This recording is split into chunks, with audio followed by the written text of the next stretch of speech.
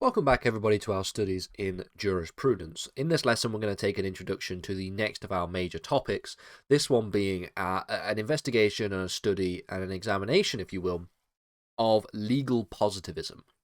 What we'll do in this lesson is essentially introduce, which is something that arguably one of the most important of the theories of jurisprudence, at least of the last century or so, given the fact that, as I've mentioned in previous lessons, specifically looking at modern natural law theories, that the introduction of legal positivism sort of usurps the growing popularity of natural law. Natural law seems to wane in terms of its popularity going into the 20th century, especially so as well because of some of the horrendous events which takes place in the early 20th century.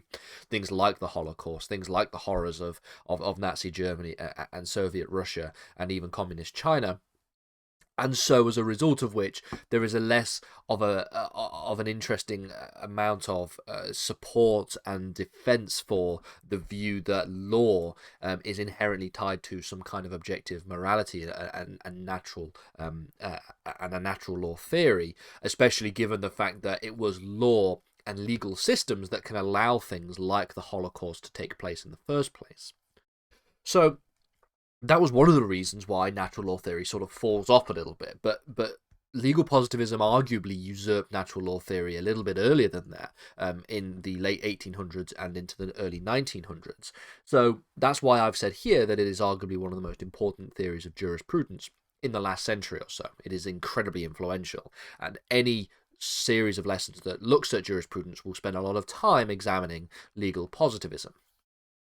We'll take an introduction to the subject of legal positivism in this lesson. We'll outline the structure of the lessons that we're going to be doing on legal positivism, but we'll also talk about some of the main and early considerations that we can sort of get out the way straight away before we start to look at the various different varieties of legal positivism. Before we start to talk about Austin and Bentham, and we can talk about Hart, and we can talk about, for example, Dworkin and all these different people who have engaged in conversations and debates about legal positivism. So let's just very quickly and very easily define what legal positivism essentially is. Now, because this is a philosophical theory of law, of course it's not necessarily easy to just define legal positivism using a simple dictionary definition, for example. Instead, we'll talk about what legal positivism is, looking at the etymology of the phrase and looking at the way in which it was derived from the Latin. But then we can also talk about what some of the main considerations of positivism are and how positivism differs in some ways to natural law. And so rather than coming up with just a single one-sentence definition of what legal positivism actually is, you can sort of situate your understanding of legal positivism in conjunction with your understanding of natural law theories, something that we looked at in previous lessons. So the word itself, positivism, derives from the Latin positum, and it is, broadly speaking, refers to this idea of law being laid down, or specifically, as you might understand, law being posited. And so legal positivism essentially argues that the validity of law, law's validity and the acceptance of certain laws, is determined objectively with reference to some verifiable source. We will talk about what this verifiable source ultimately is. People like Austin and Bentham argue that it is deference to the sovereign, for example, a sovereign authority, that they create the law and the law becomes valid and the law becomes correct owing to their creation of it. It is objectively defined by some verifiable source. It rejects the natural law view that the validity and the existence of the law, almost the ontology of law, can be determined externally to human nature. And so when we talk about the idea of natural law theories, we posited, at least with some of the earlier interpretations of natural law, people like Augustine and Aquinas and even Aristotle to an extent, they argued that there was this idea of an objective law of nature, which is a sort of a moral code as well as a legal code that we can defer to. And people like Augustine argued that there was this difference between the eternal law, the law that is passed down by God through biblical revelation and scripture, and the positive law, the law of man, the law that is created by human beings, and that it is only valid when it is in conjunction with and aligned to this eternal natural law. Positivism, of course, rejects this view. Positivists also reject a number of other things, the majority of which would reject the idea that law and morality are necessarily connected. Unlike natural law theory, which is not only a theory of law, but it is also a theory of ethics, of normative ethics, and also a theory of morality, legal positivism does not accept this view, that there is an inherent connection or a necessary connection between the idea of law and the idea of morality, the idea of moral philosophy and ethics. Now, as I've mentioned in previous lessons, again, this is not necessarily going to suggest that a positivist does not take into account morality at all in their considerations, that morality is not mentioned and is completely and wholeheartedly rejected as a consideration for any kind of legal argumentation, but only that it will exist on the periphery of a positivist's argument. In reality, positivism does not think about morality in the same way as natural law theories do. Natural law theories really place the concept of morality and moral philosophy front and center in their considerations of what makes a law just.